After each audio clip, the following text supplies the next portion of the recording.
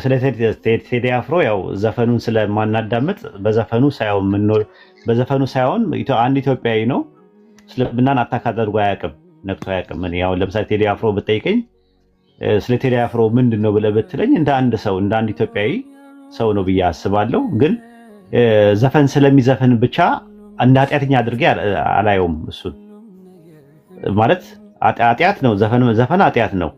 ግን በቃ ራሴን ንጹህ አድርጌ እሱ ኃጢአተኛ ነው ምናምን ብዬ የእሱን አይብ አልገልጥም ራሱ ማለት ነው። አላህ ያስተካክለው፣ አላህ ሂዳያ ይስጠው ነው ምንለው። ከዘፈን ዓለም አላህ እንዲያላቅቀው ነው ምንመኝለት እኛም ማለት እንደ ሰው ማለት ነው። ግልጽ ነው። ሁሉንም የሚያግባባ እንትን ነው ያንተ እይታ። እኔም ራሴ ኃጢአት አለብኝ እኮ እኔ አላህ የሰተረልኝ ወንጀል አለ። ገብቶሃል? እኔ የሰተረልኝ አላህ ወንጀል ይኖረኛል። እኔም ኃጢአት ምሰራው ኃጢአት ሊኖር ይችላል። ምናልባት አደባባይ ላይ ያልመጣ ሊሆን ይችላል። ቴዲ አፍሮ ግን አደባባይ ላይ ስለወጣ ወንጀሉ ዘፈን ስለሚዘፍን ልታንቋሽሸው አይገባም። ግን ዘፈን ሐራም ነው በኢስላም። በባይብልም ገላትያ 5:19 ላይ ዘፋኝነት የእግዚአብሔር መንግስት አይወርስም ይላል። ሮሜ 13:13 ላይ በዘፈንና በስካር አይሁን ይላል። ዘፈን ሐራም ነው በባይብልም፣ ዘፈን ሐራም ነው በቁርአንም በሐዲስም ሐራም ነው። ስለዚህ አላህ ከዛ ነገር እንዲያወጣው ዱዓ እናደርግለታለን። ሀሊማ የምትባል ልጅ ታውቃለህ? ሀሊማ የምትባል ሙስሊም አሁን ለምሳሌ ዱዓ እናደርግላት ነበረ። ትክክል አይደለም ሐራም ነው ብለን ስለምናስብ ምን አድርገን ነበር? ዱዓ እናደርግላት ነበር። አሁን ደግሞ ተመለሰች ወደ ኢስላም በተውበት ማለት በንስሐ ተመለሰች። ልክ እንደዛ እናንተም ዱዓ አድርጉለት፣ ጸልዩለት ለሱ ማለት ለቴዲ አፍሮ። በተረፈ እስልምናን አታክ ሲያደርግ አይቼው አላውቅም። ፐርሰናሊ የራሱ ችግሮች ሊኖሩት ይችላሉ። ፍልስጤሞችን ሳይደግፍ ቀርቶ እስራኤል ሊደግፍ ይችላል ምናምን፣ ትክክል አይደለም። አዎ ይሄ ነገር እንትን ይላል። ኤኒዌይ ስለ ዘፋኝ አጀንዳ አድርገን ዘፈኑን አላዳመጥኩትም። ፖለቲካ ሴቲንግ እና ፕሎቱ ምን እንደሆነም አላውቅም። አጋጣሚ ቴዲ አፍሮ በሚል አካውንት ስለመጣ እንዲሁ ለጨዋታ ያክል ነው፣ ለበዓሉ ድምቀት ነው። ቀጥል ወደ ነጥብ። የምር እንትን ነው። እኔም ያንተ ሀሳብ ገዢ ነው፣ በአንተ ሀሳብ እስማማለሁ እና ከቻልክ ምናልባት አንድ ሁለት በዚህ አጋጣሚ ጥያቄ ነበሩኝ እና እነሱን ብታስተምረኝ ብትመልስልኝ። አዲስ ዘፈን አውጥተው አታክ ሲያደርጉት ስላየው ነው ብዙዎቹ ማለት ነው። እና እስልምናን አነካም። ለምንድን ነው አታክ የሚያደርጉት? ለምን ማለት እንዲዘፍነዋል ይላሉ። ዘፈን እንዴት ታዳምጣላችሁ? ሙስሊሞች እዛ አካባቢ ላይ እንዴት ይደርሳሉ? ዘፈን ሐራም ነው ካላችሁ ዘፈኑ ምን አስደመጣችሁ? በቃ የራሱ አቋም ነው። ፖለቲካል አቋም ከሆነ የፖለቲካ ያሉ ሰዎች እዛው ይጠይቁት። የተሳደበበትም ነገር ካለ የተናቆረበትም ነገር ካለ እዛው ይፈትፍቱ ፖለቲከኞች እዛው። እናንተ የሃይማኖት ሰዎች ናችሁ፣ የዲን ሰዎች ናችሁ። ዲናችሁን እስካልነካ ድረስ አቋሙን እዛው ወደኛ አታምጡ። ይሄ የሚያሳየው ዘፈን እያዳመጣችሁ ነው ማለት ነው። ዘፈን አታዳምጡ ሐራም ነው እየተባለ ማዳመጥ ራሱ እኮ ሐራም ነው። መስፈን ብቻ አይደለም በኢስላም ሐራም ነው ካላችሁ በቃ አጠገቡ አትድረሱ። እሱ አካባቢ ላይ ሃይማኖታችሁን ከነካ ነው ያኔ ዲናችንን የሚነካ ነገር የሚናቆርበት ነገር ካለው ያኔ ስለ ቴዲ እናወራለን። በተረፈ ስለሚዘፍነው ዘፈን ስለ ፖለቲካል አቋሙ ዶክተር አብይን ተናገረ ተናቆረ ምናምን የሚባለው ነገር ዘፈን ስለምታዳምጡ ነው። ዶክተር አብይ ለቴዲ አፍሮ በቂ የሆነ ምላሽ መስጠት ይችላል። ማንም አያስፈልገውም ራሱ እንደዚህ አይነት ነገር ካለ ማለት ነው። አሉ የፖለቲካ ባለሙያዎች አሉ እና ሁሉ ነገር ውስጥ መግባት የለብንም እኛ ሙስሊሞች ማለት ነው። አላህ ሂዳያ ይስጣችሁ፣ ጥሩ ነገር እንመኝላችኋለን። ጀነት ሰፊ ነው ማለት የሆነ ተሻሙ ብናላችሁ ብለን የምናስበው ቦታ አይደለም። ጀነት ሰፊ ነው፣ ለሁላችንም ይበቃልና ኢንሻአላህ እንሰልሙ እንፈልጋለን። ከቅንነት አንጻር ይዩት። እኛ እዚህ ቁጭ ብለን የምናስተምራችሁ ጀነትን አብረን ላኢላሃ ኢለላህ የሚለውን ገመድ ይዛችሁ ከጀሃነም ነፃ ወጣችሁ የጀነት ሰዎች እንድትሆኑ ስለምንፈልግ ነው። ሌላ ምንም ዓላማም ኢላማም የለንም። ይሄን ነገር ተረታችሁ ኢንሻአላህ ተዘጋጁ። ኦኬ ሱራ 15:26 ላይ ከሚገማ ጭቃ ፈጠርኩት ይላልና ከዛ ደግሞ ዝቅ ብሎ መላእክቱን ሁሉንም ከፈጠረ በኋላ እንዲሰግዱለት ያደርጋል። ከዛም ኢብሊስ አልሰግድም ያለበት ምክንያት ይሄ ከሚገማና ከእንትን ካለ ጭቃ የተፈጠሩት ጋር ሰዎች ንቆ ነው። ከተፈጠሩበት ማቴሪያል አንፃር ሰዎችን ኢብሊስ ንቋቸው ነውና ይሄንን እንዴት ታየዋለህ? ሴጣን አሁን የሰው ልጅ አፈጣጠር ክብር አይወርደውም ከሚገማ ጭቃ ሲሆን ማለት የሚገባ ጭቃ ምኑ ነው ጥያቄው ነበር። የሚገባ መባሉ ኢብሊስ የሰው ልጅ ንቆታል።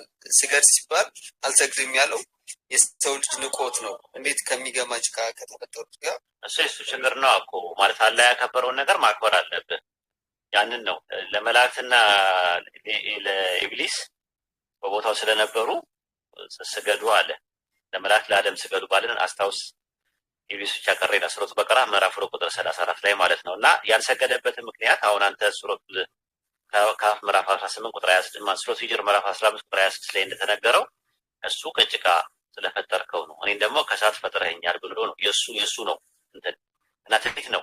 አላህ ካዘዘ ያዘዘን ነገር ማድረግ አለብህ። በነገራችን ላይ ስግደት ስጁድ የሚለው ቃል በሁለት ይከፈላል በኢስላም። አንደኛው የአክብሮ ስግደት የሚባል አለ፣ የአምልኮ ስግደት የሚባል አለ። የአምልኮ ስግደት ምንድነው? በንያ የሚደረግ ነገር ነው አንደኛ። ሁለተኛ ነገር ደግሞ በገቢ የሚደረግ ነገር ነው። የትም ቦታ ሆነ በየትኛውም ጊዜ ሁሉ ነገር ይሰማል፣ ሁሉ ነገር ያያል፣ ሁሉ ነገር ያውቃል ብለህ ለአንድ አምላክ ብቻ የምታቀርበው ኢባዳ ስጁድ የአምልኮ ስግደት ይባላል ማለት ነው። የአክብሮ ስግደት ግን አንድ ሰው ስታገኘው ያኔም የምሰግድለት ስግደት ነበረ። ምን ላይ?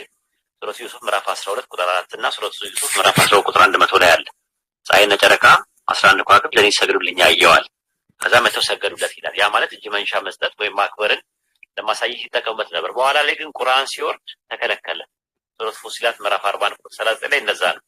ለፀሐይና ለጨረቃ አትስገዱ፣ ለፈጠራችሁ ለአላህ ስገዱ፣ እርሱም ብቻ የምታመልኩ ከሆነ ለአላህ እንጂ ለሌላ ለማንም አትስገዱ ይላል። ረሱል ሰለላሁ ዐለይሂ ወሰለም አንድ ጊዜ የማን ነው ሙዓዝ መሰለኝ የመን ሄዶ ማን ነው ሻም ሄዶ ሶሪያ ሄዶ ሲመለስ ሰገደላቸው። ምን እያረክ ነው አሉት እሳቸው። አይ በወቅቱ የነበሩ ሰዎች ክርስቲያኖች ለኤጲስቆጶሳትና ለጳጳሳት ሲሰግዱ አይቼ ከዛ አንጻር ለአክብሮት ብዬ ነው ሲባል እንዳታደርገው አሉት፣ ከለከሉ።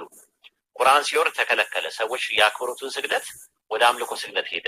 ምን ማለት ነው? ሰዎች በሌሉበት መስገድ ጀመሩ። መላእክትን፣ ነቢያትን፣ ሰማዕታትን በሌሉበት ይሰግደው ወደ እነሱ ይጸልያሉ፣ ለነሱ ይሰግዱ ጀመር። ያ ደግሞ ምን ይሆናል? የአምልኮ ስግደት ይሆናል። ለምን? የአክብሮት ስግደት በአካል ስታገኘው ብቻ ነው የምትሰግደው። አላህ በወቅቱ ግን ለአደም ስገዱ ለመላእክት ሲላቸውና ለኢብሊስ ስገዳቸው ሲላቸው መላእክቶች ሲሰግዱ እሱ ግን አልሰግድም ማለት። ምክንያቱም ሲያቀርቡ ምንድነው ያለው? ሱረቱ ሂጅር ምዕራፍ 15 ቁጥር 26 ላይ እኔ ከእሳት ነው የፈጠርከኝ፣ እሱን ደግሞ ከጭቃ ነው የፈጠርከው። አሁን ጥያቄ የሚነሳው ከእሳትና ከጭቃ ማን ነው የሚበልጠው? ዲሻ እሳት ይበልጣል። ማን ነው እሱ ስታንዳርድ ነው ያወጣው? እሱን ያወጣው ያው ፈጣሪ ነው፣ ኢብሊስ ነው። እሳት ነው የሚበልጠው ከጭቃ ብሎ የተናገረበት አለ በቁርአን?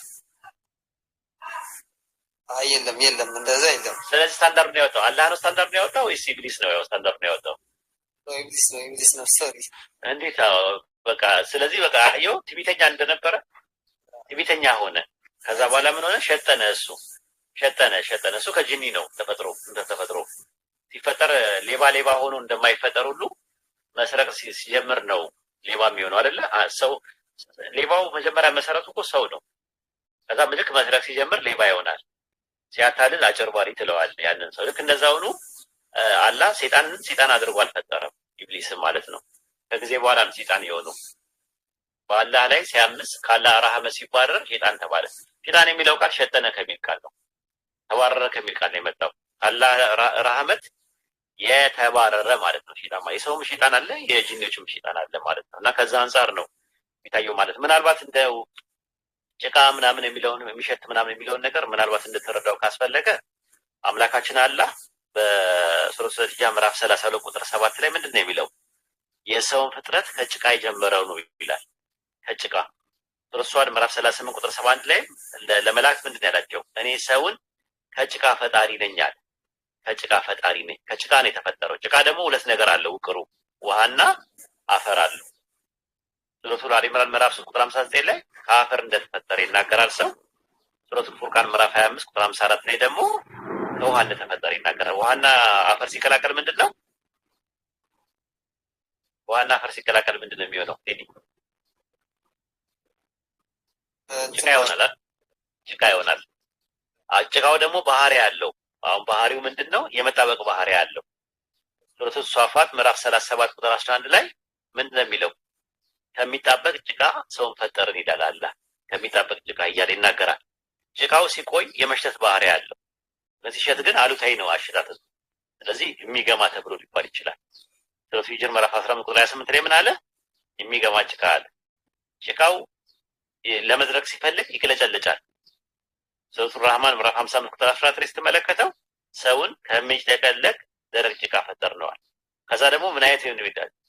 ከለሩ ምን አይነት ነው? ጥቁር ነው። ሱረቱ ሂጅር ምዕራፍ 15 ቁጥር 26 ላይ ደግሞ ጥቁር ጭቃ ብሎ ያስቀምጠዋል። ይሄ ሁላ ነገር ያለው ሂደት በአጠቃላይ አምላካችን አላህ በተለያየ ሁኔታ የፈጠራችሁ ሲሆን እያለ ነው የሚያስቀምጠው። በተለያየ ሁኔታ በተለያየ ስቴጅ ውስጥ ነው አደም ሲፈጠር ፕሮሰሱን የሚያካሂደው ማለት ነው። ሱረቱ ኑህ ምዕራፍ 71 ቁጥር 14 ላይ በልዩ ልዩ ሁኔታዎች በእርግጥ የፈጠራችሁ ሲሆናል። አስምርበት። በልዩ ልዩ ሁኔታ ውስጥ የፈጠረው በፕሮሰስ ነው። ራሱ ያ ሂደቱን ነው የሚያመለክተው። ስለዚህ ጭቃ መባሉ ምናምን ነው። እንደገና ደግሞ ሳይንቲፊካሊ ስትመለከተው ጭቃ እስቲ ዝም ብለህ አቆየውና ይሸታል ወይስ አይሸትም ብለህ መርምረው። ይሸታል። ከሸተተ የሚሸተው ጥሩ ጠረን ነው ወይስ መጥፎ ጠረን ነው ብለህ ጥያቄ አቅርብ። መጥፎ ጠረን ከሆነ መጥፎ ጠረን ምን ይባላል? መጥፎ ጠረን ምን ይባላል? አትነገነገኝ ወይ ደግሞ ይሸተኛል ስላለ የሚሸት ነገር አይደል? የሚሸተው መጥፎ ጠረን ከሆነ ምን ይሆናል? የሚገማ ብለህ ትለዋለህ ማለት ነው። አማርኛው ትንሽ ከበድ ስለሚል ለዛ ነው የሚሸት ነው የሚለው አረብኛው። ከዛ አንፃር ነው ማለት ነው። በእናንተም እኮ ከጭቃ እንደተፈጠረ ይናገራል ባይብል። ሰው ከጭቃ እንደተፈጠረ ይናገራል በእናንተ ራሱ ኢዮብ 33:6 ላይ እኔ ግን ከጭቃ የተፈጠርኩኝ ነኝ እያለ ይናገራል። ኢዮብ 10:9 ላይ ደግሞ ጭቃ አድርገህ እንደለወስከኝ አስብ እያለ ይናገራል። ኢሳይያስ ምዕራፍ 64 ቁጥር 8 ላይም እኛ ጭቃ ነን እያለ ይናገራል። ኢቭን አሁን ያለው ሰውነታችን ራሱ ጭቃ ነው ተብሎ ነው የተባለው። ኢሳይያስ 68 ማነው 64:8 ነው ያለው ማለት እና ከዛ አንፃር ብትመለከተው ጥሩ ነው ብዬ አስባለሁ። ኢንሻአላህ ይሄን ይመስላል የዛሬ ጥያቄው።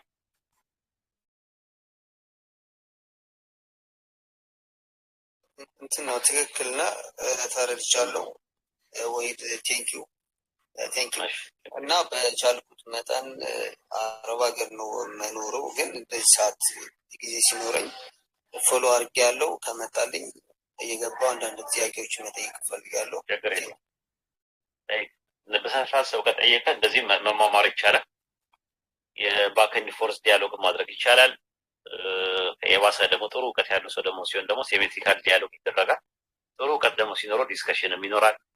በጣም ጥሩ ደግሞ ስኮላር የሆነ በጣም የሚታወቅ ምናምን ጥሩ ሲሆን ደግሞ ጨዋነቱ እንደዚህ ተፈትሾ አልፎ ዲቤትን ማድረግ ይቻላል ማለት ነው። እዚህ ደረጃው የተለያየ ነው እና ምንም ችግር የለውም።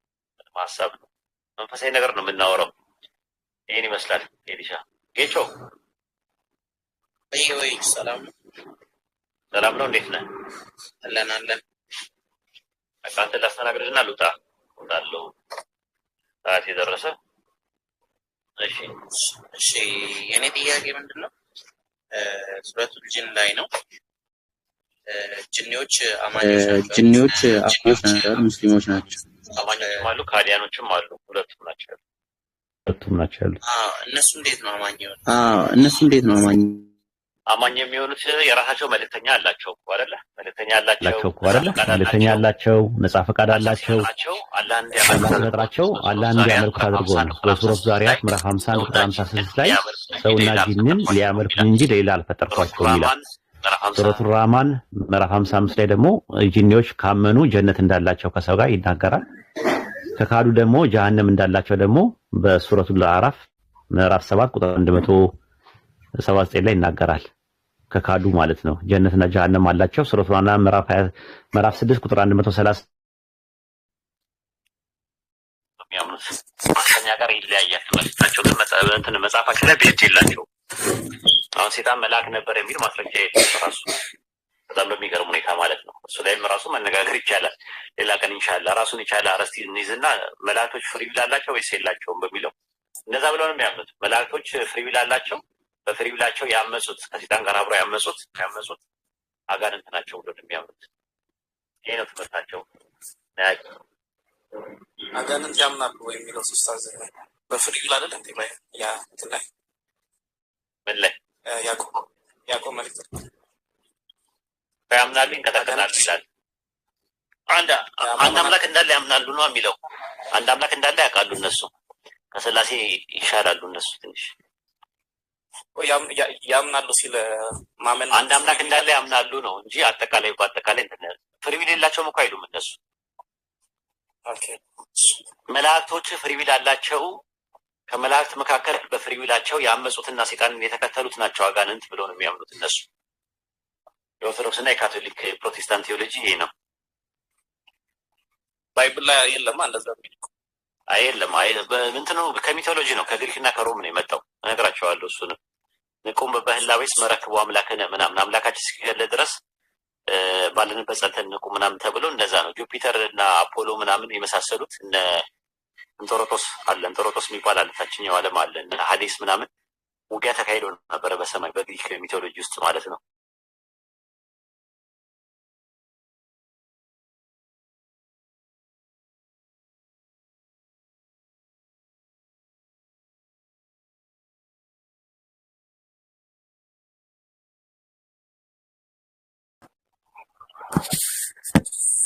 ጾቶስ ወደ መላእክት ሊመለሱ ነው። አሁን والله ጥሩ ሰዎች ለሰዘን ግን የሚወልዱ ከሆነ ከወላጆቻቸው ኃጢአት እየወረሱ ነው ሊሉ ነው። ሁላቸው ጋር ነው የሚገቡ።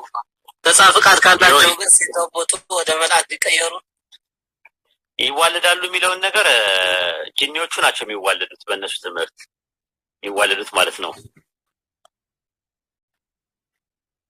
የሌለው ፍጥረት ነው የሚወልዱት ወይስ ነፃ ፍቃድ ያለው? ምክንያቱም ነፃ መላእክት ከነበሩ አጋንንቶ አላውቅም። ድርሳነ ሚካኤል ምዕራፍ 5 ቁጥር 19 ዘወራ ጥር ላይ እንደዛ ነው የሚለው። ወአቦ አጋንንት አለ አቦሙ ስጋ እለ የነበሩ ውስተ የብስ ወውስተ ማያት ወእምንቱሰ ይተዋሰቡ ወይተዋለዱ ከመሰብ ዋዲ ይሙቱ ይላል። ትርጉሙ ምንድነው? በየብስ ውስጥና በውሃ ውስጥ የሚኖሩ ስጋ ያላቸው አጋንንት አሉ። እነርሱ ይጋባሉ፣ ይዋለዳሉ፣ ዳግመኛም ይሞታሉ ይላል። ወእምንቱሰ ይተዋሰቡ ማለት ይጋባሉ ወይም ደግሞ ተራክበው ያደርጋሉ ተብሎ ነው የተቀመጠው ከመጽሐፍ ቅዱስ ብቻ። ምክንያቱም ስለ ክርስቲያን ካወራ ክርስቲያኖች የምንከተልበት መጽሐፍ ቅዱስ ብቻ ነውና ድርሳነ ሚካኤል እንደ መረጃ እዚህ ኦርቶዶክስ እና ካቶሊክ ፕሮቴስታንት ኦርቶዶክስ ውስጥ ድርሳነ ሚካኤል እኮ የዋልድ መጽሐፍቶች ተቀባይነት አለው። ኢንፎርሜሽን ነገር መሆን ይችላል አይደል? ግን እሱ አሁን ክርስቲያን ብሎ አይወክልማ። ክርስቲያኖች የሚወከሉት በመጽሐፍ። ቤተክርስቲያንስ ምን ያደርጋል? ያ መጽሐፍ ቤተክርስቲያንስ ምን ያደርጋል? ለምሳሌ ምንም አይደለም። እኔ ኦርቶዶክስም አይደለሁም ሲጀምር። ኦርቶዶክስ ነበርኩ። ኦርቶዶክስ እኮ የወጣበት አሁን አንተ ነው ክርስቲያን ብለህ ነው። አሁን ክርስቲያኖች ክርስቲያን ኦርቶዶክሶችም ክርስቲያን ናቸው። ኦርቶዶክስ ነው መባል ያለበት። ክርስቲያኖች ናቸው። አንተ ስትገልጽ ክርስቲያኖች ማለት የለብህም። ኦርቶዶክስ አላለው። ከኦርቶዶክስ ክርስቲያን ነው። በዓለም ላይም ክርስቲያኖች ናቸው፣ በኢትዮጵያም ክርስቲያኖች ናቸው። ስለዚህ ክርስቲያን ግን የትኛው ክርስቲያን ለሚለው ነገር ግን ልዩነት አለ። ለምሳሌ ፕሮቴስታንት አያምንም፣ ጆቫይትነስም አያምንም። ለምሳሌ አሁን በስላሴ የማያምኑ ክፍሎች አሉ። አሁን ለምሳሌ የዋ ምስክሮች እና የዋ ምስክሮች ልክ አንተ እንዳልከው አንድ ጊዜ መጥቶ አንዱ የዋ ምስክር ምን አለ? በስላሴ ክርስቲያኖች በስላሴ ያምናሉ እንዴት ትላለህ አለኝ። እንዲያምናሉ ኦርቶዶክስ፣ ካቶሊክ፣ ፕሮቴስታንት በስላሴ ያምናሉ ስለው እነሱ ክርስቲያኖች አይደሉም። ልክ አንተ እንዳልከው እንደዛ አለ። ስለዚህ አሁን ምንድነው የሚያግባባን ነገር? አንተ በገድላትና ድርሳናት አላምንም፣ እኔ ማምነው ወይ ተሐድሶ ነኝ።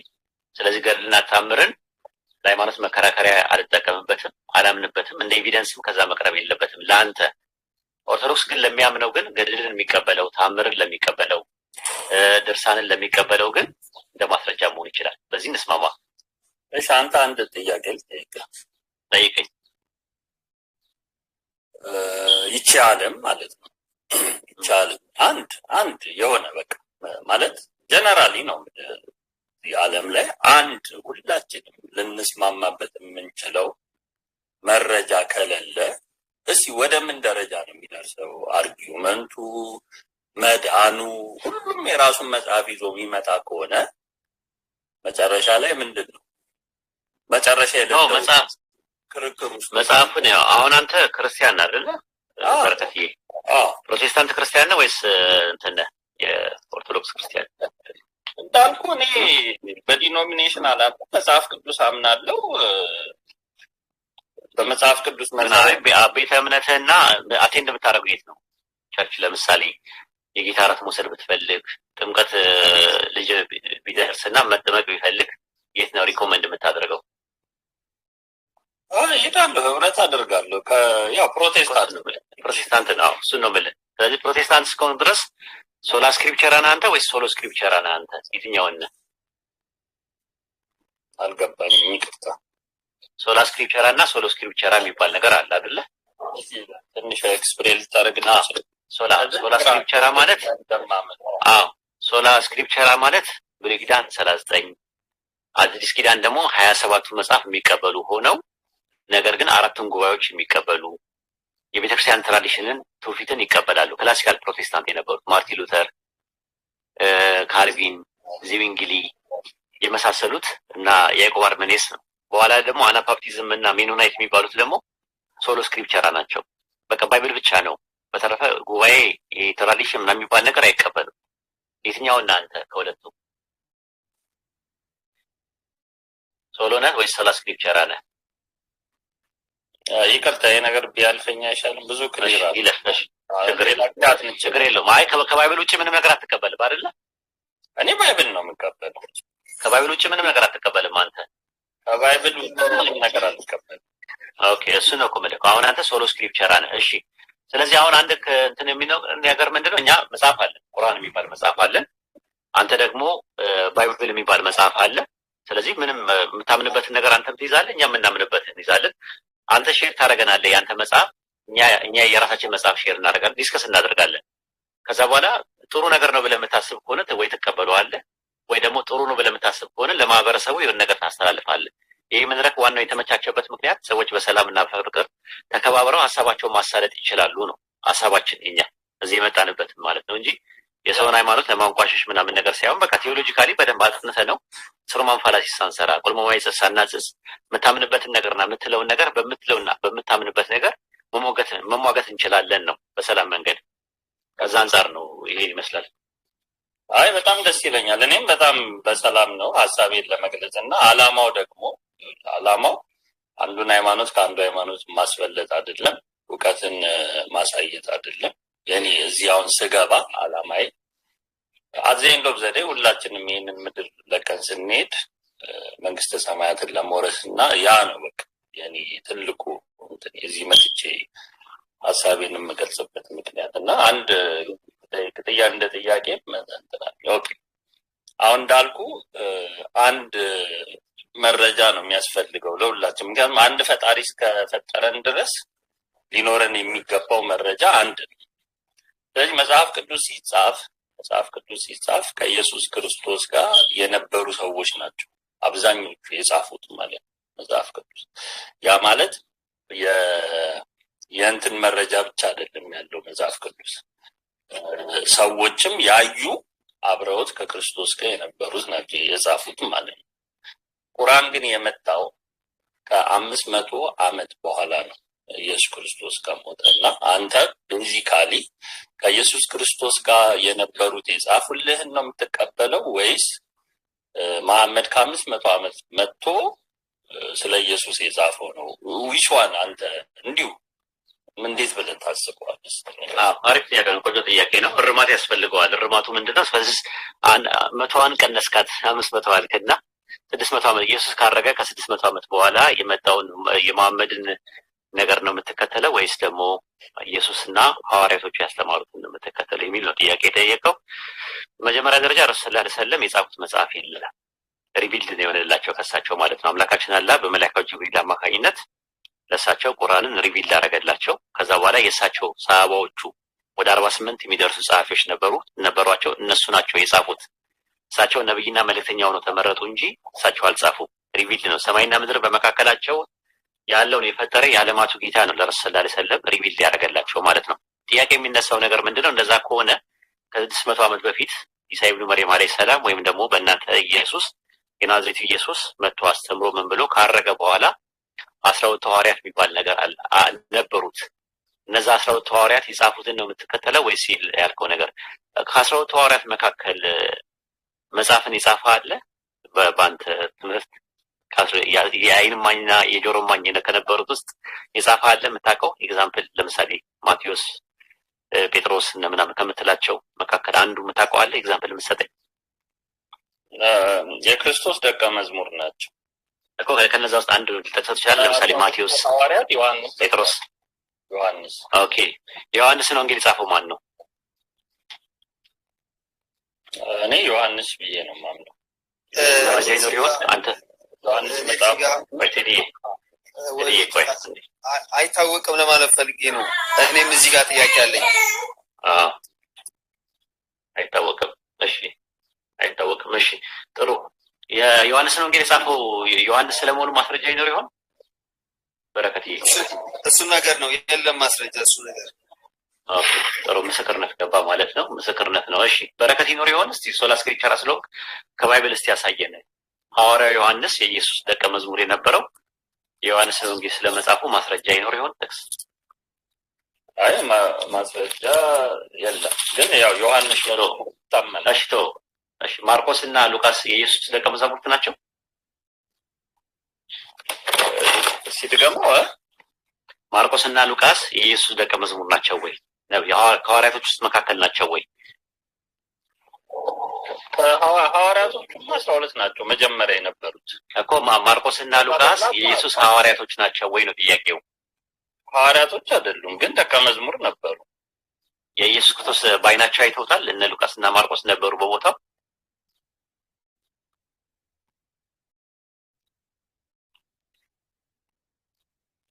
ነበሩ በቦታው። ማርቆስ የበርናባስ ያክስት ልጅ ነው። በርናባስ ደግሞ ሐዋርያ ስራ ላይ ነው የመጣው። ሐዋርያ ስራ ላይ ነው በርናባስ የተመረጠው። የበርናባስ ያክስት ልጅ ነው። ሉቃስ ደግሞ የጳውሎስ ተማሪ ነው። የጳውሎስ ተማሪም ነው፣ የጳውሎስ ጓደኛም ነው። ሐኪም የነበረ ነው። ባለ ሐኪም ነበር የነበረው እና በቦታው አልነበረም። ኢቭን ጳውሎስም አልነበረም በቦታው። ኢየሱስ በምድራዊ ቆይታው ከማድረጉ በፊት በነበረው ቆይታ ውስጥ ጳውሎስም ሉቃስም አልነበሩም በቦታው። ስለዚህ ማርቆስና ሉቃስ የኢየሱስ ክርስቶስ ደቀ መዝሙር አልነበሩ። የዮሐንስን ወንጌል ማን እንደጻፈው አልነገርከንም። ምንም የሚታወቀው ነገር የለም። ማቴዎስ 1:1 ላይ ምነግርህ ማለት ራሱ መጽሐፍ ቅዱስ የዚህ ወንጌል ጸሐፊ ዮሐንስ የወደው የነበረ ደቀ መዝሙር ሐዋርያ ዮሐንስ ነው ይላል። ለምሳሌ የቱ ጋር ነው እንደዛ የሚለው? ይሄ የመደበኛው ትርጉም ማብራሪያው ነው። እሱ ማብራሪያ ነው። አንተ ሶላ ስክሪፕቸራ ነው ማብራሪያ አትቀበልማ። ሶላ ስክሪፕቸራ ስለሆንክ አንተ መጽሐፉ ላይ ብቻ ባለው ነገር ነው እንትን የምትለው። የሰዎች ማብራሪያ ቅድም ነግረኛል መግቢያ ላይ። እሱን አልቀበልም። 66 ነው ብሉይ ኪዳን 39፣ አዲስ ኪዳን 27 ብቻ ነው የምቀበለው ስላልክ ከዛ አንጻር መጽሐፉ ላይ የማቴዎስን ወንጌል መጀመሪያ ላይ የዳዊት ልጅ የአብርሃም ልጅ የክርስቶስ መጽሐፍ እያለ የሚያወራው ማን ነው? ጸሐፊው ነው እኮ። ማን ነው እሱ? ማን ነው እሱ? ማቴዎስ 1:1 ላይ ያለውን እያወራን እየተረከልን ያለው ማን ነው እኮ? ሙሴ ነው። ኦኬ ሙሴ ነው እንደዛ ብለህ ጻፈው? ኦኬ ማቴዎስ ላይ ነው ያልከኝ እኮ። የማቴዎስ ወንጌልን የጻፈው ነው እኮ። ማን ነው እንዳልኩ ነው። እኔ መጽሐፍ ቅዱስ እቀበላለሁ ስለ መጽሐፍ ቅዱስ ላይ የተጻፉትን ማብራሪያዎች ከመጽሐፍ ቅዱስ ማህበር የታተመውን አልቀበልም እያልኩ አይደለም። አይ መጀመሪያ መጽሐፍ ቅዱስ ብቻ ነው የሚቀበለው ስላልኩ። ኦኬ ጥሩ። ማብራሪያዎች ከየት አመጡት? ምንጭ አላቸው? ማቴዎስ ስለመሆኑ በምንድን ነው የሚያውቁት? እነዚህ የመጽሐፍ ቅዱስ ማህበር አሳታሚዎቹ አንዳንዶቹ በእርግጠኝነት ማን እንደጻፋቸው፣ ለምሳሌ የሉቃስ ወንጌል እና የሐዋርያት ስራ በእርግጠኛነት ሉቃስ እንደጻፈው እዛ ላይ ስለተገለጸ ማለት ነው። የጳውሎስ ላይ ደግሞ መልእክቱ ጳውሎስ እንደጻፋቸው ራሱ አንዳንዶቹ ለምሳሌ የዕብራውያን መጽሐፍ ማን እንደጻፈው አይታወቅም፣ ግን ጳውሎስ የጻፈው ማን ነው ይችላል ተብሎ ይገመታል። ሮሜን የጻፈው ማን ነው? የሮሜ መልእክት የጻፈው ማን ነው? ቴዎፍሎስ ነው? ጳውሎስ ነው የጻፈው? ጳውሎስ ነው ብዬ ነው የማስበው። ቴዎፍሎስ ነው። እኔ ቴዎፍሎስ ነኝ የጻፍኩት ይላል። ቴዎፍሎስ ነው የጻፈው? ጳውሎስ ነው የጻፈው? ሮሜን እንግዲህ እኔ እስካሁን የማውቀው ጳውሎስ እንደጻፈው ነው። እሺ ሮሜ 16:22 ላይ አውጣለት ይምራን አንድ ያውጣለት ከቻልክ። ሮሜ 16:22 ላይ ይምራን አለ። ኦኬ በትልቁ አድርጉት ይምራን። ሮሜ 16:22 ላይ ያውጣለት።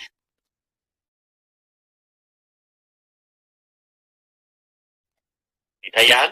ይህም መልእክት የጻፍኩት እኔ ቴዎፍሎስ በጌታ ሰላምታ አቀርብላችኋለሁ ይላል። የሮሜ ሰዎችን የጻፈው ማን ነው? ኦኬ እሺ፣ ማን የጻፈው? ጳውሎስ ነው ወይስ ቴዎፍሎስ ነው የጻፈው?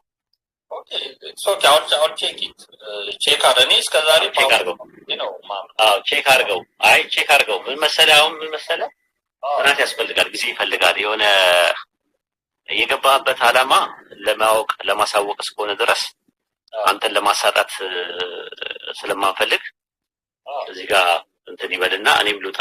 ከሌሎች ወንድሞች ጋር መቀጠል ከፈለክ መቀጠል ትችላለህ። ጥሩ ጊዜ ነበር ያሳለፍነው። ቴንክ ዩ በረከት። ኦኬ እሺ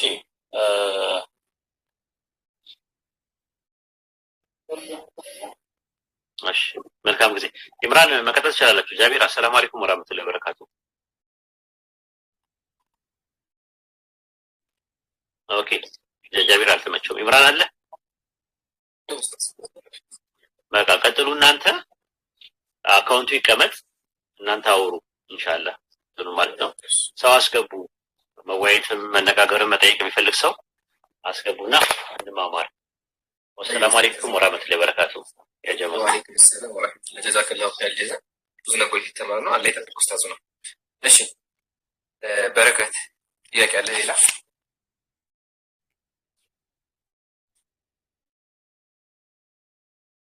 ይሰማል ወገናችን? ይሰማኛል። ሚዩት አድርጌው ነው። እሺ ጥያቄ አለ? ያው ብዙ ጥያቄዎች አሉኝ፣ ግን ያው ዲስከስ እያደረግን እንሄዳለን። ያው አንደኛው ጥያቄ እንዳልኩ ነው፣ ቅድም የጠየቁትን ጥያቄ አልተመለሰልኝም። ማለት ዞሮ ዞሮ መጽሐፍ ቅዱስን የጻፉ ሰዎች እዛው አካባቢ የነበሩ ዊትነስ የሆኑ አይ ዊትነሶች እና ብዙ ማለት ከክርስቶስ ጋር የነበሩ ሰዎች ናቸው የጻፉት። ዞሮ ዞሮ ኤግዛክትሊ ከሌ ነው ባንልም ያው አንዳንዱ ማን እንደጻፈው ባይታወቅም ግን አንድ በጣም እርግጠኛ የሆንበት ነገር አለ። ይህም ከብዙ መረጃ ስናይ የኢየሱስ ክርስቶስ በእርግጠኝነት መሞትና መሰቀልን ብዙዎቹ አስረግጠው ጽፈዋል። እንደሞተ በሶስተኛውም ቀን እንደተነሳ። ከሱ በፊት እስኪ አይ ዊትነስ የሆነ አንድ መጽሐፍ ውስጥ ኢየሱስ ጋር የነበረ ስለ ኢየሱስ ታሪክ የጻፈ አንድ እና ይሄ ስለ ኢየሱስ የጻፈው ማን ነው? አሁን ይሁሉ ማለት ለምሳሌ የማቴዎስ ወንጌል አለ፣ የሉቃስ ወንጌል አለ። አራት ጽፈዋል። አራቱንም አትቀበለውም አንተ? አይ ሉቃስ ኢየሱስ ጋር ነበር፣ ኢየሱስ ላይ ያውቀው። ማርቆስንም አውጣ። አሁን ማቴዎስ ወንጌል ማቴዎስ የመጽሐፍ ማስረጃ ስጠኝ። እኔ ግን እሰጥሃለሁ ማቴዎስ እንዳልጻፈ። ስለዚህ አራቱም ወንጌላውያንን አትቀበለውም ማለት ነው። እንዴት የሚቀበለው ታዲያ? መጽሐፍ ጸሐፊ የማታወቅ ከሆነ እንዲህ በማስረጃ ጋር እንቀበላለን። እያጭበረበረን ቢሆን በምን እናውቃለን? ይሄ በእስልምና ቢመጣ ማለት ነው ضعيف ነው። እሺ አንቀበለውም። በእስልምና መስፈርት አያሟላም መስፈርት።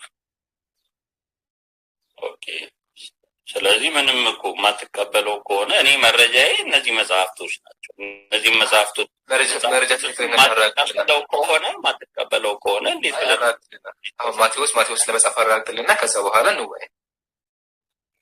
አትቀበለውም እኮ መጽሐፉን። አሁን ማንም ጻፈው ማንም መጽሐፉን ትቀበለዋለህ። መጀመሪያ አረጋግጠን እናወራበታለን። መጽሐፍ ቅዱስ ራሱ ይኸውልህ መጽሐፍ ቅዱስ አሁን ከሌም ጻፈው በቃ ለሁላችንም ለክርስቲያኖች መመሪያ ተብሎ ተሰጥቶናል። አሁን ማን የሰጣችሁ መመሪያ?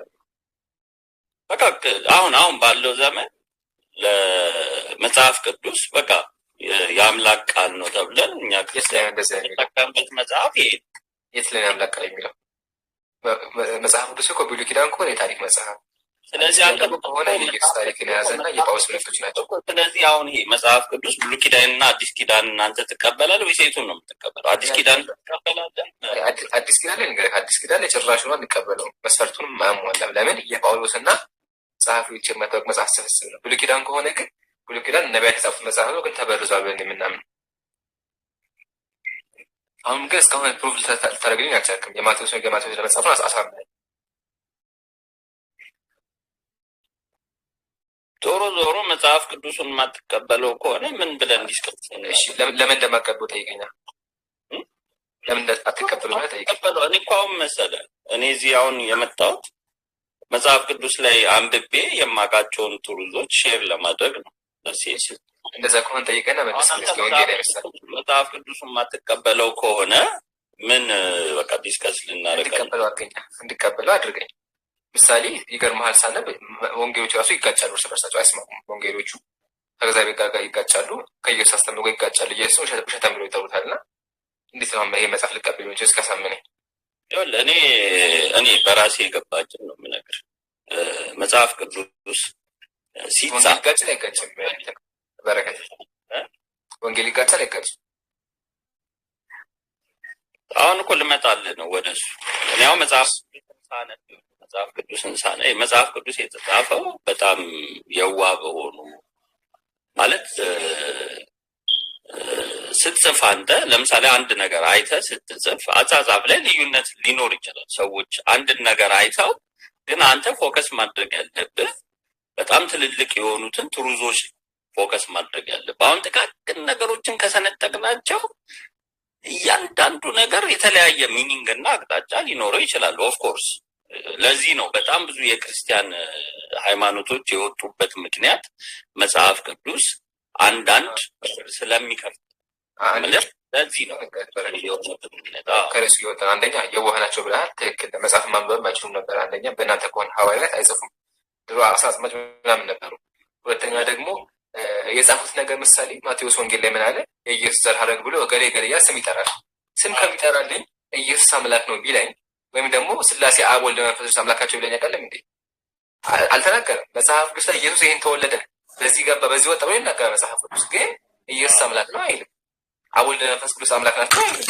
ሶስት ከአንድ አምላክ አይልም። አያት ሲቀጥል ደግሞ ጸሐፊዎቻቸው እርስ በርሳቸው ይጋጫሉ። ይሄ መጽሐፍ ሊሰገን አምላክ ብለን የምንቀበለው ኢየሱስ ክርስቶስ አምላክ ለመሆኑ መጽሐፍ ቅዱስ ላይ ብዙ ቦታ ተጠቅሷል። እስኪ አንድ ማስረጃ ስጠኝ።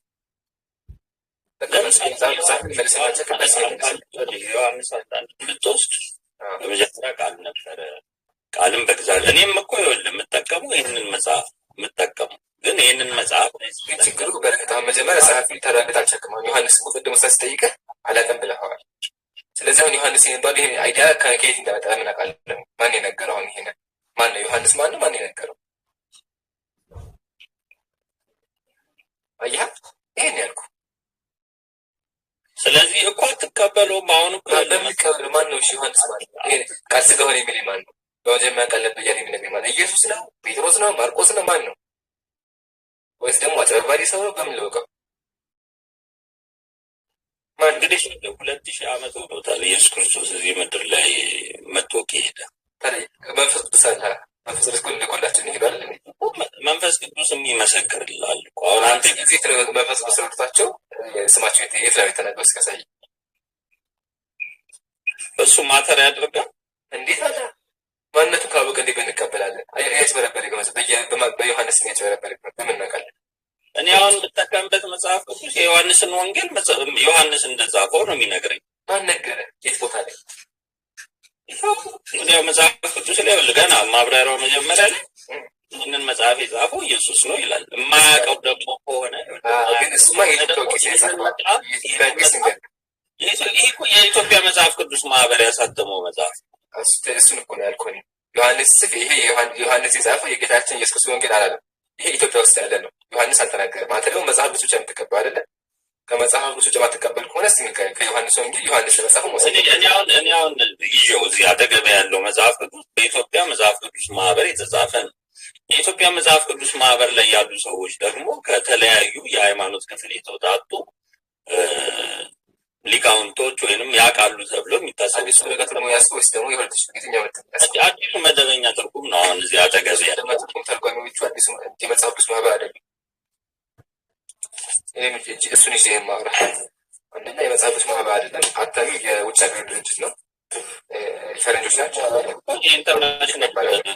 የኢንተርናሽናል ባይብል ሶሳይቲ ባይቢሊካ ነው። ባይቢሊካ እና የመጽሐፍ ቅዱስ ማህበር ይለያሉ። ባይቢሊካ የጴንጤዎች ነው። አሁን እሱ አይደለም ማተር የሚያደርገን የዮሐንስ ወንጌል ዮሐንስ ለመጻፉ ማስረጃ ነው። በቃ ይበቃል። በረከ ኦኬ፣ አይ ቼክ አደርጋለሁ፣ ችግር የለውም። ያስቀምጥልህና ከዚህ ይበቃል። አሁን ይህን አነሳበት ለምን መሰለህ? መጽሐፍ ቅዱስ እግዚአብሔር ቃል ብለህ የምትቀበለው መጽሐፍ ጸሐፊውን ካላወቅ ነው ኢየሱስ ኢየሱስ ጋር ትክክለኛ ታሪክ እየጻፈ እንደሆነ በምን እናውቃለን? አጀባባይ ጽፎት ሆነ ሳናቅም አይደለ?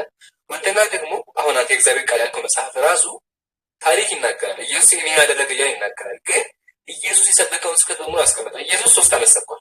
አሁን ያለ መጽሐፍ በትንሽ መጽሐፍ ነው። ስብከቱ ራሱ በትክክል አልተቀመጠም። አንደኛ ወደና ደግሞ ዋና ስብከቷን በእናትህ ተብሎ አወድ መጽሐፍ ከታለ ኢየሱስ አምላክ የሚል ስብከት አለ። ይሄን ሐዋርያት አጉልታ ተናግረው አያውቁም። በእናንተነት እንኳን ቢሆን ለምን ሰዎች እንደዚህ ያወዛቀው ለምን በግልጽ ተናገሩ የሚል ይበቃል። በቃ ኢንሻአላህ ሌላ ጊዜ አጥንተናል። ኦኬ እስልምና ያጠይቃል ተሻሻሉት ሌላ ሰው አስገቡ።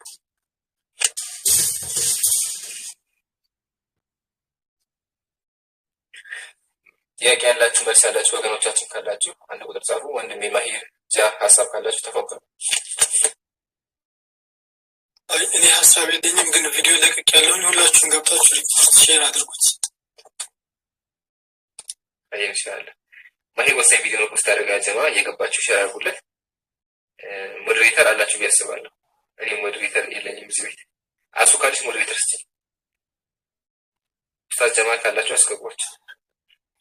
አይም በዛኛው ነው ያለ መሰለኝ። አሁን ላረግስ ስል እምቢ አለኝ። ምንም ነገር ኮሜንት ራሱ መስጠት አልቻለም። ቲክቶክ አገኘውን አላውቅም። እምቢ አለኝ። ሞዴሬተሮች ስለሚኖሩ ያስገባሉ። ሙሳብ ካለ አስገባ።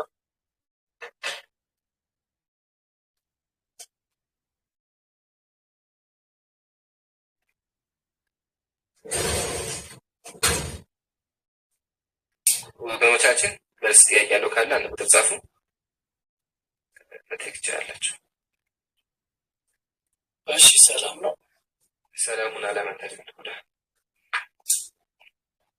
አሁን ዮሐንስ መጽሐፉን እስኪ አረጋግጥልኝ እያልከው ነበር። ትክክል ዮሐንስ ወንጌል ምዕራፍ 1 ቁጥር 24 ላይ ምንድን ነው የሚለው? እስኪ ንገረኝ። ንገረኝ። ስለነዚህም የመሰከረ ይህንንም ጽፎ ያለ ይህ ደቀ መዝሙር ነው ይላል። ምስክሩም እውነት እንደሆነ እናውቃለን። በራስህ እጅ ራስህ ያደርገው እንደም ዮሐንስ ያሳያል። እንደዚህ አይነት ነገር ዮሐንስ ራሱ ነው የመሰከረ ዮሐንስ ነገር ምስክር እናውቃለን። ስለዚህ የመሰከረ ይህንንም ጽፎ ያለ ይህ ደቀ መዝሙር ነው ይላል። ይሄን የሚናገሩ ማለት ምስክሩ ዮሐንስ ራሱ ምስክራቸውን እናውቃለን እኮ ነው እናውቃለን እያለ የሚናገር እኮ እናውቃለን። ራሱን አብሮ ከሌሎቹ ጋር አንድ ላይ አድርጎ የምርና ኢዝ ዋን ኦፍ ዘ ዲሳይፕል አው የምርና በጣም የተረጋገጠ ነገር ነው። ወደ ይሄ ራስ ነው ይሄ ተዋቀሉ አልከ ይብላል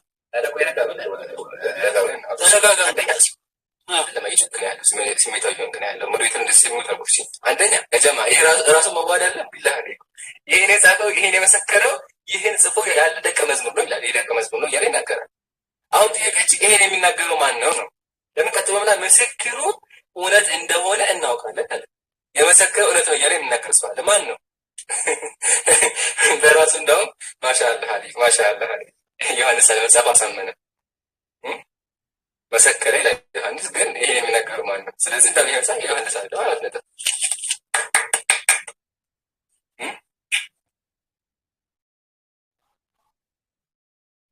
እንዴ እንደውም ቀጥሎ የሚለው ኢየሱስም ያደረገው ብዙ ሌላ ነገር ደግሞ አለ። ሁሉ በእያንዳንዱ ቢጻፍ ላልተጻፈ መጽሐፍ ዓለም ራሱ ባልበቃቸው ይመስለኛል እያለ ይናገራል።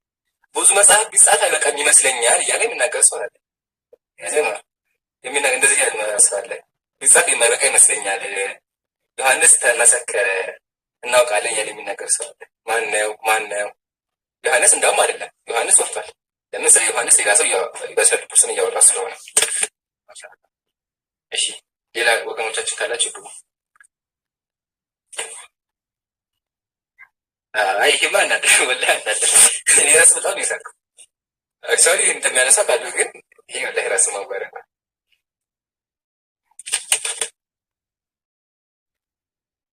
ሄሩ ካለሽ አስገባችሁ። ጥያቄ ያለው ካለ መልስ ያለው ካለ አንድ ቁጥር ጻፉ። ኢየሱስ አምላክ ነው ብላችሁ የምታምኑ መጽሐፍ ቅዱስ የምትቀበሉ ጴንጤ ኦርቶዶክስ ግቡ። ያው ቤታችን ክፍት ነው።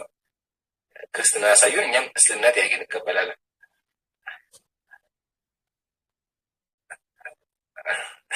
ግሎ ወረደ ደስ ይላል። ግሎ ነበር ያ እንደዛ ነገር እሺ።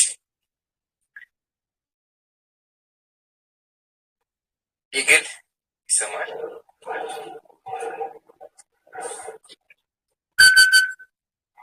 Speed cam 90. አሎ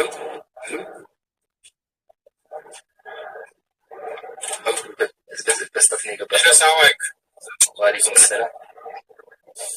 ሳላውቅ ነካክቼው ነው ከታች እያዳመጥኳችሁ ነበር። ያለ አፎ ላይ ችግር የለም።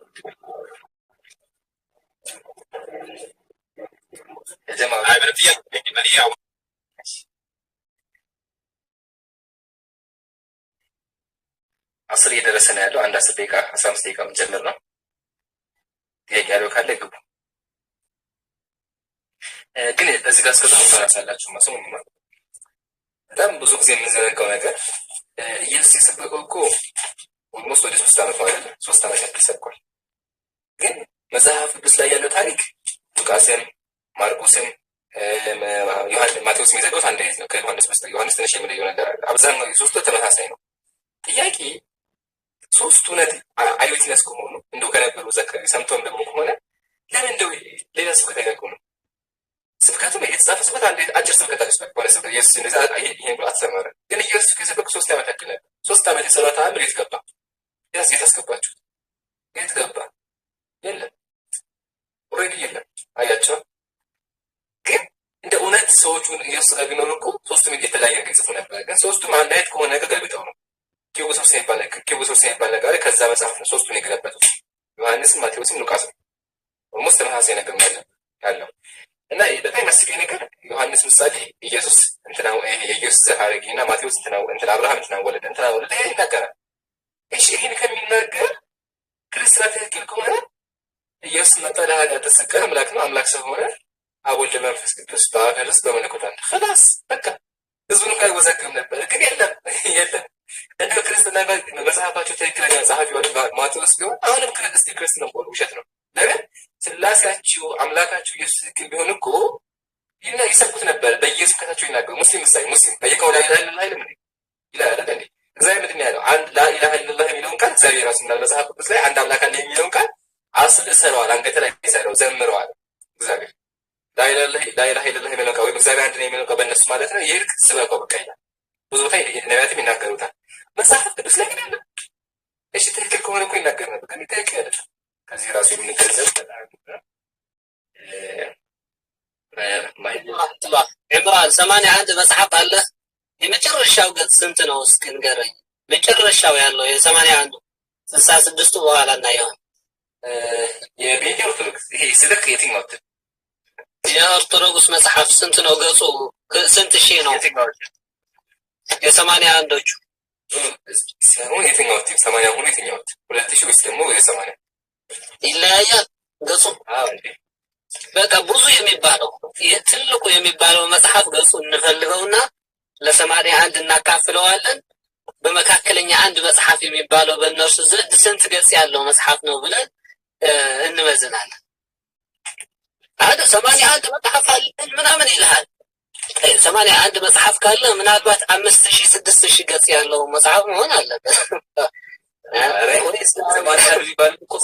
አብዛኛው መጽሐፍ እኮ አልተካተተም ላይ ምሳሌ መጽሐፈ ግጽ፣ መጽሐፈ አቡቲሊስ፣ መጽሐፈ ቀለበት አልገቡም፣ አላስገቧቸውም። እነሱ እንዲያው ተቆጣ። ታውቃላችሁ የታሪክ ታውቃላችሁ፣ ግን ኦርቶዶክስ የሰራችውን ቦታ ታውቃላችሁ። አጀማ ንገራችሁ ናቂ ላሳያችሁ። ትዝቃላችሁ። ኦርቶዶክስ ነገር እኮ በጣም የሚገርም የምኝማ ኦርቶዶክስ መጽሐፍ ቅዱስ ለመጀመሪያ ጊዜ ተፈስተት ይሄ መጽሐፍ ላይ ማለት ነው። ይሄ የመጀመሪያ ኦርቶዶክስ ነው። በቃ አሰጥ 50 አለ እንዲሁም የቁም ትርጉም አለ። ከሱ በኋላ ተተባሻው 80 ማለት ነው። ይሄ ስተት ማለት ተመከቱ መጽሐፍ ቅዱስ ላይ መሃል ላይ ይሄ ብሉይ ኪዳን ነው። ይሄ ነገር ተመከቱ። እሺ እዚህ ጋር የብሉይ ኪዳን መጽሐፍቶች አሉ። ከብሉይ ኪዳን መጽሐፍ በኋላ የአዲስ ኪዳን መጽሐፍ ነው ያለው አይደል? መሃል ላይ ተጨማሪ መጽሐፍ አስገቡ። ስንት መጽሐፍ? 1 2 3 4 5 6 7 20 መጽሐፍ አስገቡ። እነዚህ መጽሐፎች ተጨምረዋል። እዚህ ጋር እነዚህ መጽሐፈ ትንቢት፣ መጽሐፍ ያሰይ፣ መጽሐፈ መቃብያን ጨመሯቸው። ግን ሲጨምሩ ተናግረው የጨመሩትን ብለው ይሄ ጭማሪ መጽሐፍ ነው ብለው ያው የብሉይ ኪዳን ሁለተኛ ቀኖና መጽሐፍ ነው ለብቻ አስቀመጧቸው ጨምረው ማለት ነው። እነዚህ ጠቃጠቃሉ ገባችሁ አይደለ? ስለዚህ ማለት ነው ይሄ መጽሐፍ ቅዱስ ነው። ግን መሃል ላይ የተጨመረ መጽሐፍ ቅዱስ ሁለተኛ ነው ብለው እዚህ ጋር አስገቡ ለብቻ ሰው በቃ ማሻገር ገንዘቡ ቀጠለ። በኋላ ምን አደረገ? ወደዚህ ሲመጡ ቀላቀሉት። እንዳይለይ መሀል አስገቡት። ድሮ ለብቻ ነበር ለብቻው ነበር፣ መሀል ላይ ለብቻው ነበር የተቀመጠ ጭማሪ የጨመሩት ነገር እና መጽሐፈ ጦቢት ዮዲት ማለት ነው።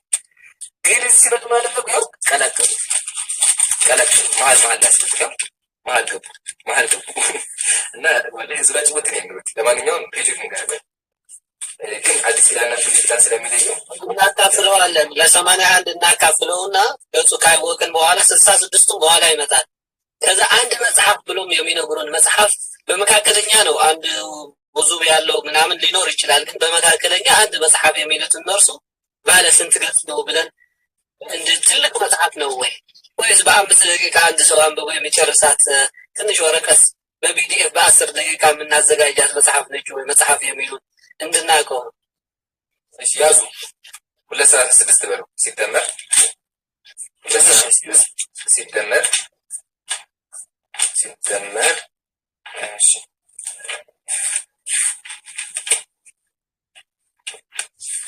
ይዛችሁ ኋላ ነው ሰማንዴ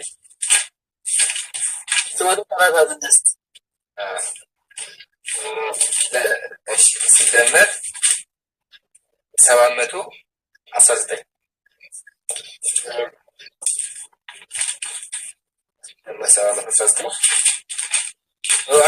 አይደለም በአንድ ላይ አስቀምጠው የብሉይ ኪዳንና የጭማሪው አንድ ላይ ያደረገው። ስለዚህ 236 ሲደመር ይታረቁልኛል 1037 ይህ 37 ሁሉም 1273 ሲካፈል ባለ 81 መጽሐፍቶች 15 ገጽ አንድ መጽሐፍ በዚህ መልክ ካካፈል ነው ማለት ነው። በመካከለኛ አንድ መጽሐፍ ባለ 15 ገጽ ነው ማለት ነው። በዚህ እንትን ካካፈል ነው 81 መጽሐፍ ያለው ህዝብ በመካከለኛ ባለ አንድ መጽሐፍ ባለ ስንት ገጽ ነው ስንል 15 ገጽ ያላት አንድ መጽሐፍ አለች ማለት ይገርማል። ማሂር 81 እኮ ብቻ አይደለም ወላሂ 81 ብቻ አይደለም። ቆይ ልደምርላችሁ ብዙ ነው። 381 አይደለም። ቆይ 1 2 3 እስከዛው ጭራሽ አስቤ አላውቅም። እንዴት አሰብኩ ኡስታዝ? ቢስሚላህ 15 ፔጅ ማለት እኮ ኡስታዝ ኢብኑ ተይሚያ ረሂመሁላህ የጻፈው ኪታብ ከ10 በኋላ ነበር አይደለም? የዑለሞች ብዙ መጽሐፍት 910,000 ገጽ ያላቸው የዑለሞች ኩቱብ አለው። ከ10 በኋላ የተጻፈው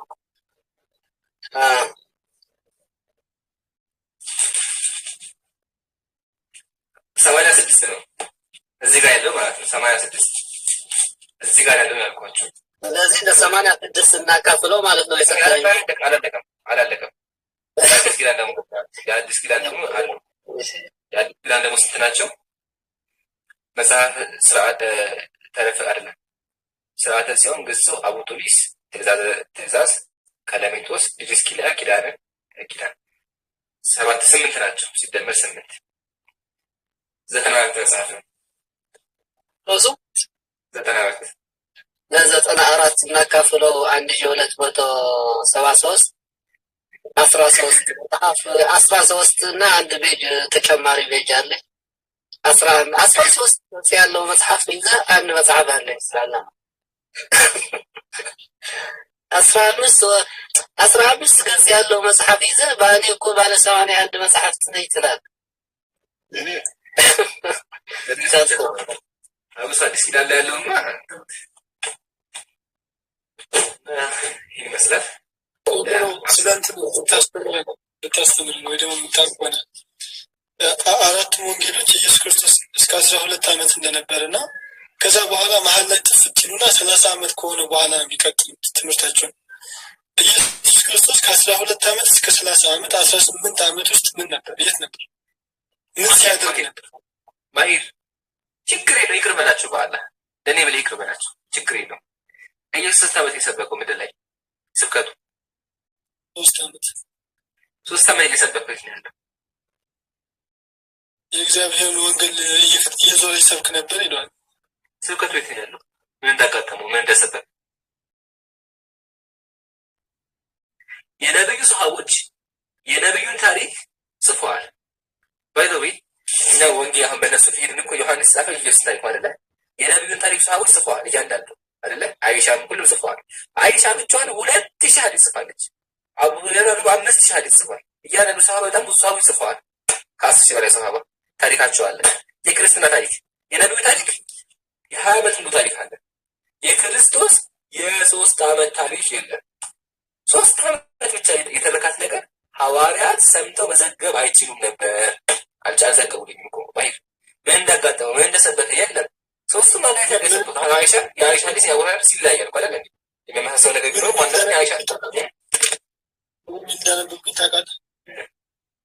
ከ12 ዓመቱ እስከ 30 ዓመቱ 18 ዓመት ሙሉ ወላሂ ነው የምልህ ስኮላሪ በሆነ እየተማረ ሙሉ አለ እንደ ሀገር ሄዶ ማጂክ ምናምን ነገር ሲማር ነበር ብሎ ያስቀምጧል።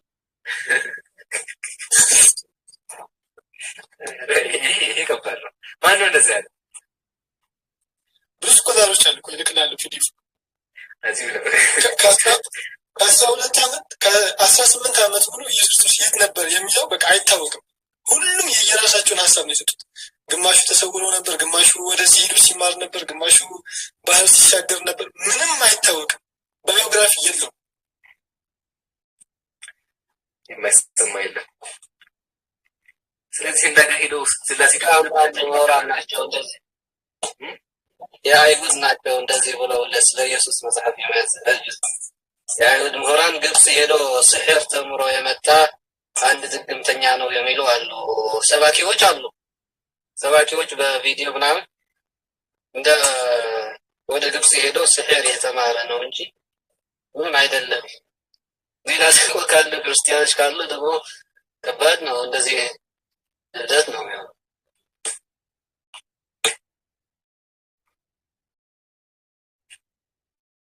ለማንኛውም አይሰማ 10 ደርሷል። ቪዲዮን ኮፒ ሊንክ ሼር አድርጉት እየገባችሁ ሁላችሁ። ቪዲዮ ወሳኝ ቪዲዮ እየገባችሁ ኮፒ ሊንክ አድርጉለት። ከመውጣቴ በፊት ዘሚካኤል አለ አለኝ ጥያቄ ነበር ለመጠየቅ የገባው። ጥያቄ መጠየቅ ይቻላል? ይቻላል። እሺ ነብዩ ሰለላሁ ዐለይሂ ወሰለም ቁርአን በሳቸው ዘንድ ከመውረዱ በፊት ቤት ነበሩ። ምን አይነት ሃይማኖት ነው የሚከተሉት? የትኛውን አምላክ ነው የሚገዙት? እናትና አባትም ነበራቸው እና የትኛውን ሃይማኖት ነው የእሳቸው እናትና አባት የሚከተሉት የሚለውን ነገር ማስረጃ እንድትሰጡ ይፈልጋሉ። እሳቸውም ቁርአን ሲያወርድላቸው በፊት የትኛውን ሃይማኖትና የቤት አካባቢና ምን ላይ እንደነበሩ ማስረጃ እንድትሰጡኝ ነው። ለምን ሲባል ይህን ማስረጃ የምንፈልገው መልካም ስብዕናና የነብይነት አቋም የምንለው አምላክ ከመልካም ስብዕናቸውና ከዛ አንጻር ነው ነብይ አድርጓቸው የመረጣቸው ከሚለው ነገር ማስረጃ ስለምትሰጡ ነው እና ይህን ማስረጃ እንድትሰጡ ይፈልጋሉ። ማሻአላህ። መጀመሪያ ነብዩ ሰለላሁ ዐለይሂ ወሰለም ነብይ ከመሆናቸውም ስብዕናቸው ያማረ በጣዖት አምላኪ ራሱ የተመሰከረላቸው ስማቸው ራሱ ታማኙ ሙሐመድ የነበረ ነው። ጣዖት አምላኪ ራሱ ጠራቸው የሚጠሯቸው ሙሐመዱል አሚን ታማኙ ሙሐመድ ተብለው የሚጠሩት ነብዩ ሰለላሁ ዐለይሂ ወሰለም ጣዖት አልነበሩም። አንድ አላህን ብቻ ነበር የሚያመልኩት። ማስረጃ ያው ቅሳቸው እዚህ ጋር ያው ለዋኢሙል አንዋር መጽሐፉን ያው አላሁ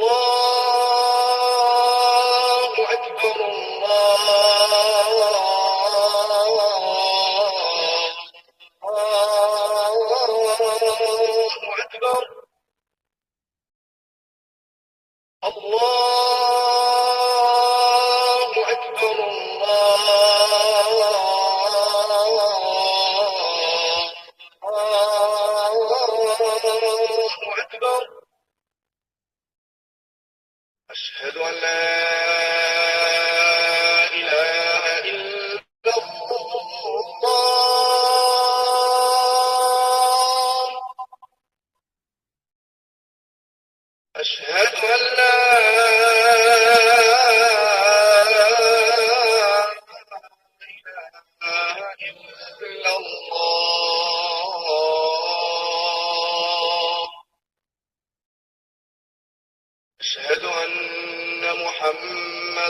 رسول الله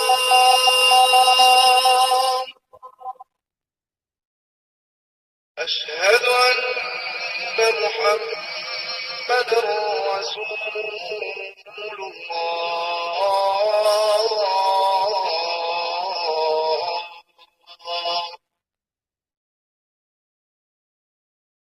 حي على الصلاة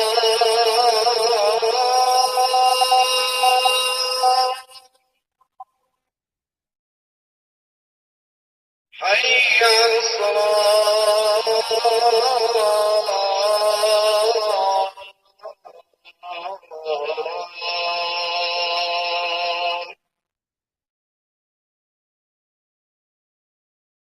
حي على الفلاح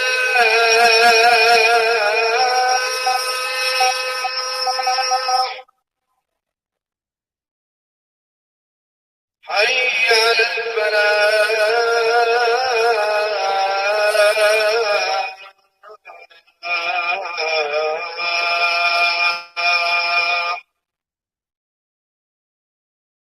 الله أكبر الله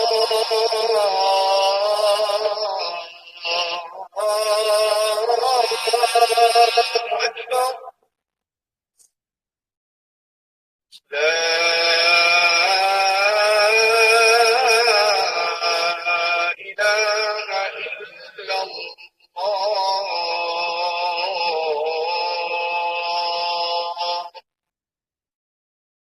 ሰጥቶኝ ማሰጥ የሚችል ካለ እሱ ካልሆነ ይሻላል ወይም አንድ ብሽ ስለሆነ በጣም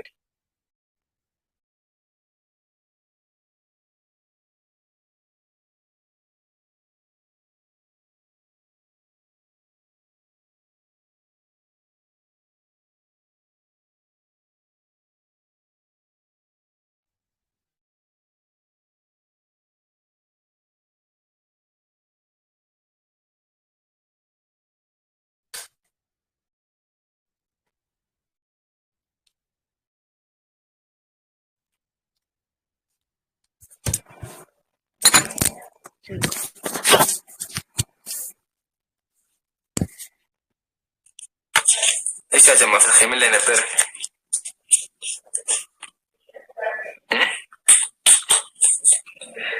ጣዖት አምልኮ ነቢይ ከመሆናቸው በፊት እሺ ወደ ክርስትና ደግሞ ሲመጣ ምሳሌ ዳዊት አለ ዳዊትና ሰለሞን አለ ሰለሞን በክርስትና እግዚአብሔር ነቢይና የመጽሐፍ ቅዱስ ጸሐፊ ነው ግን ጣዖት አምላኪ ነበር ያውም ጣዖት አምላኪ የሆነው ነቢይ ከመሆኑ በፊት ሳይሆን ነቢይ ከሆነ በኋላ ሰምታችሁኛል ነቢዩ ሰለሞን በክርስትና ጣዖት አምላኪ ነው ግን ጣዖት አምላኪ የሆነው ነቢይ ከመሆኑ በፊት ሳይሆን ነቢይ ከሆነ በኋላ ሰምታችሁኛል የባሰው ጣዖት አምላኪ ነበር ስብዕናቸውም ደግሞ ከባባድ ነበር ሰው ገዳዮች ምናምን ነበሩ አይደል ከነሁ ጀምሮ ራቁቱን ሆኖ የሚሰክር ነበር هذه أكثر أكلة كان يحب طلب الزيت فنضع ይህን ይመስላል ኢንሻአላህ አላህ ካለማት እንገናኛለን خليطة بالفخار ونضع ثم العجين فوق الرغل حتى تجهز ثم نضع